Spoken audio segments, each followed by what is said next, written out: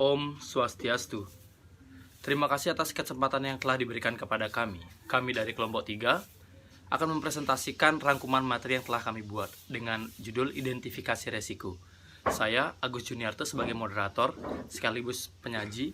Kemudian dengan rekan saya, Ayu Diah Leoni, Ida Ayu Liana Berliana, Nigusti Ayu Made Mira Santi, I Gede Raditya Utama Putra, Ida Bagus Gede Wahyu Perdana Putra, kemudian Imade Agus Dwi Endra, dan yang terakhir Inengah Dodi akan mempresentasikan rangkuman materi kami. Untuk penyaji pertama saya persilahkan. Perkenalkan, nama saya I Gede Raditya Utama Putra, MPM 1732121407. Di sini saya akan membawakan materi identifikasi resiko. Identifikasi resiko merupakan atau kerugian terhadap kekayaan, utang, dan personal perusahaan. Identifikasi risiko merupakan tahapan pertama dalam proses ini. Semua risiko yang ada atau yang mungkin terjadi dapat diidentifikasi. Pengidentifikasian risiko adalah suatu proses yang dilakukan suatu perusahaan secara sistematis dan terus-menerus untuk mengidentifikasi properti, liability, dan personal exposure sebelum terjadinya peril. Jadi, yang diidentifikasi adalah perihal yang dapat menimpa harta milik dan personal perusahaan serta kewajiban yang menimbulkan kerugian. Pengidentifikasian yang dilakukan oleh manajer risiko pada pokoknya yaitu ada dua. Yang pertama, membuat daftar atau checklist semua kerugian yang dapat menimpa semua bisnis perusahaan apapun. Yang kedua, dengan pendekatan sistematis mencari kerugian-kerugian potensial yang dari checklist tersebut dapat diketahui risiko yang akan diterima perusahaannya. Perkenalkan, nama saya Wahyu Perdana. Di sini saya akan menjelaskan materi tentang identifikasi risiko. Yang pertama yaitu pengertian risiko dari beberapa ahli. Yang pertama yaitu menurut Arthur William dan Richard, risiko adalah variasi dari hasil-hasil yang terjadi selama ini dalam beberapa periode. Yang kedua yaitu menurut Profesor Dr. I.R. Sumarno, risiko adalah suatu kondisi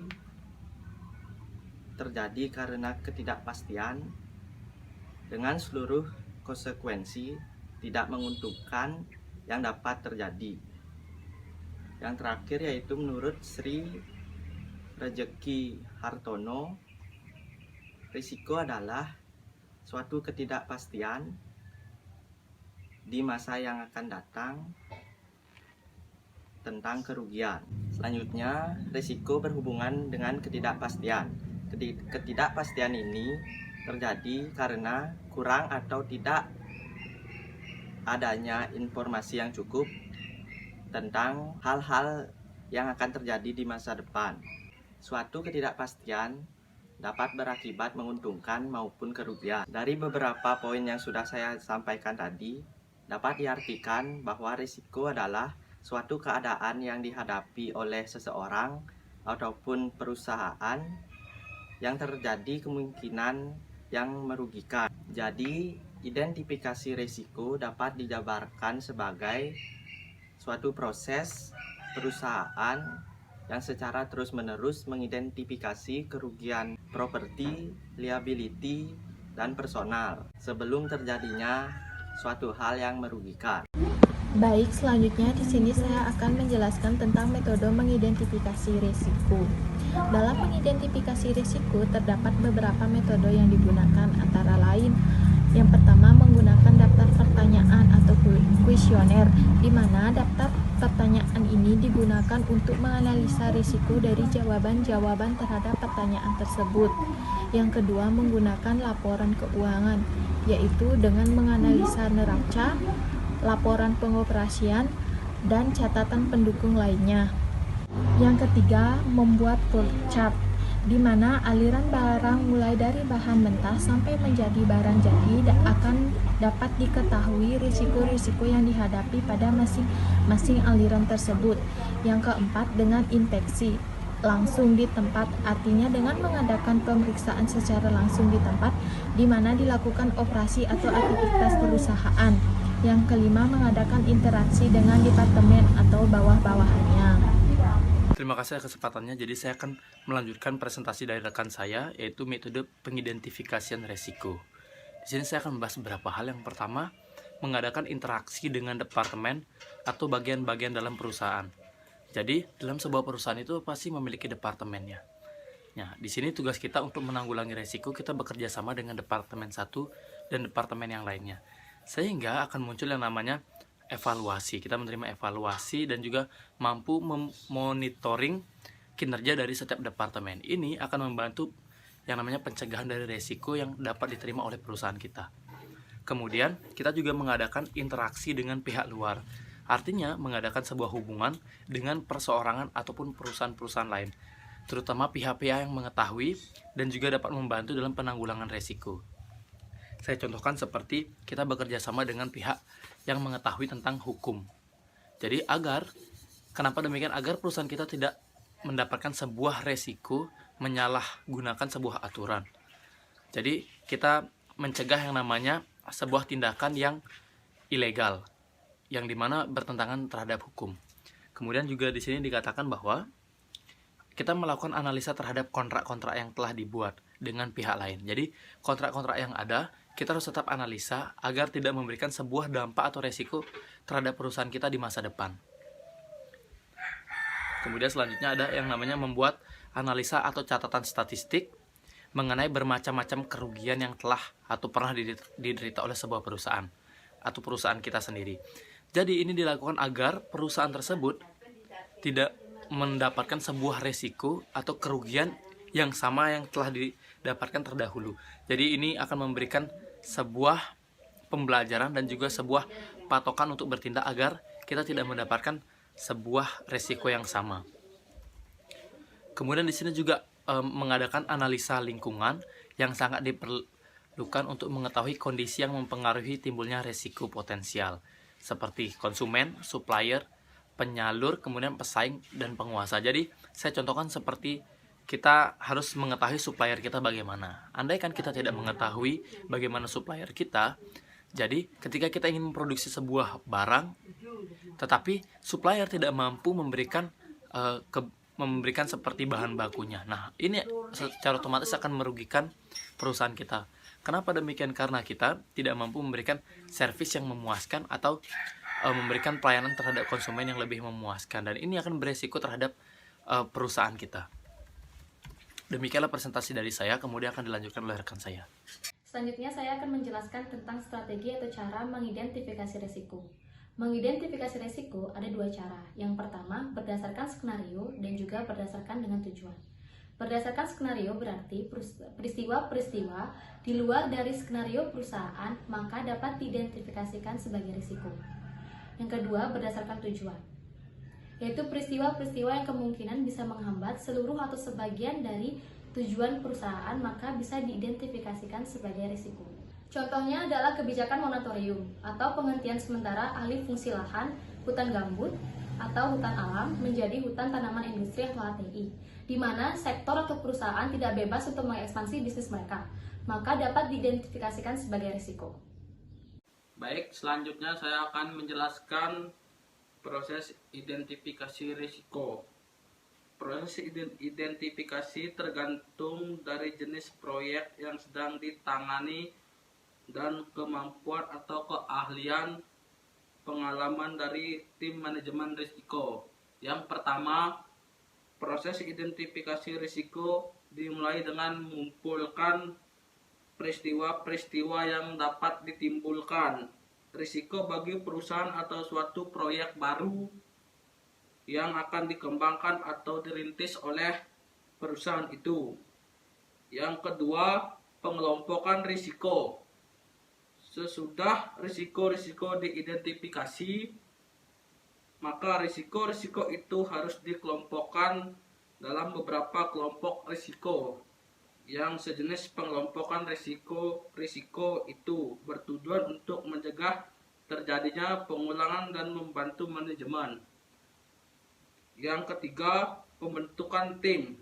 Siapa yang terlibat dalam kegiatan-kegiatan yang khusus untuk mengidentifikasi risiko yang terdiri dari manajer proyek, anggota-anggota proyek, tim manajemen risiko, ahli-ahli dari luar tim proyek yang menguasai atau memahami proyek yang sedang dikerjakan ahli manajemen risiko, dan pemegang saham. Perkenalkan, nama saya Nigusti Ayumade Mirasanti, NPM 18321215010. Di sini saya akan membahas materi yang berjudul langkah-langkah dalam mengidentifikasi risiko.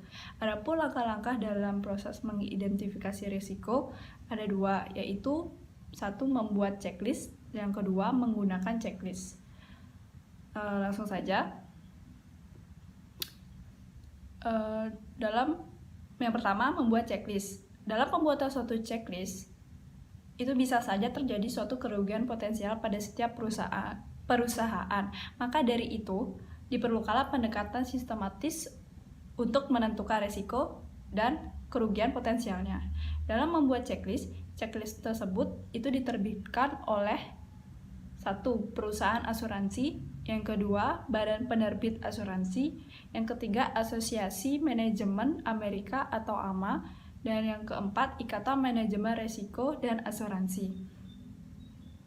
Dan langkah yang kedua, yaitu menggunakan checklist. Dalam metode yang digunakan itu ada 4, antara lain sebagai berikut. Metode yang digunakan itu ada 7. Antara lain sebagai berikut. Yang pertama, kuesioner analisis risiko. Dalam metode ini, pertanyaan-pertanyaan yang diberikan ini langsung akan menjerumus pada penyelidikan. Yang kedua, metode laporan keuangan. Metode laporan keuangan ini akan menganalisis neraca, laporan laba rugi, dan catatan-catatan lain yang mendukungnya. Yang ketiga, metode aliran. Peta aliran ini menggambarkan suatu operasi perusahaan, sehingga akan dapat menentukan kerugiannya. Yang keempat, inspeksi langsung pada objek. Inspeksi langsung pada objek ini adalah suatu keharusan, karena terlihatnya jalan suatu operasi, bekerjanya mesin, peralatan-peralatan, dan hal-hal yang lain mendukungnya akan terlihat. Yang kelima, interaksi yang terencana dengan bagian-bagian perusahaan. Keberhasilan suatu manajer risiko di sini akan terlihat dengan cara mengidentifikasi risikonya. Dan yang keenam, catatan statistik dari kerugian masa lalu. Dan yang terakhir, ketujuh, analisis lingkungan. Lingkungan yang relevan itu adalah ada 4, yaitu 1, langganan, yang kedua, pemasok, yang ketiga, saingan, dan yang keempat, undang-undang dan ketentuan lainnya. Baik, sekian dari saya, terima kasih. Baik, selanjutnya saya akan menjelaskan teknik-teknik identifikasi risiko. Di sini ada 4 teknik yang digunakan. 1, kumpulan informasi, 2, interview, 3, analisis SWOT, 4, pengalaman pribadi dan intuisi. Kumpulan informasi, misalkan dengan cara tukar pikiran di antara tim dan mintalah setiap orang untuk mengidentifikasi arca-arca mana saja yang berpotensi risiko. Mungkin bisa setiap orang menuliskan 3 atau 5 peristiwa-peristiwa yang mengandung risiko di arca masing-masing. 2, interview, tahap awal yang memberikan pengaruh paling besar untuk melamar. Tujuan dari interview yaitu untuk mendapatkan informasi yang tepat dari narasumber yang terpercaya. 3, analisis SWOT, metode perencanaan strategis untuk mengevaluasi kekuatan, kelemahan, peluang, dan ancaman dalam suatu perusahaan. Mengapa sih analisis SWOT dibutuhkan dalam perusahaan atau dalam organisasi, karena kita memiliki tujuan-tujuan yang ingin dicapai, otomatis kita membutuhkan strategi yang baik dalam mewujudkan tercapainya semua tujuan. 4. Pengalaman pribadi dan intuisi. Buatlah sebuah daftar berisi risiko-risiko berdasarkan pengalaman masa lalu atau pelajaran yang dapat diambil dari proyek sejenis. Lakukan pemetaan di mana kita harus membuat kategori risiko dari seluruh risiko yang telah diidentifikasi.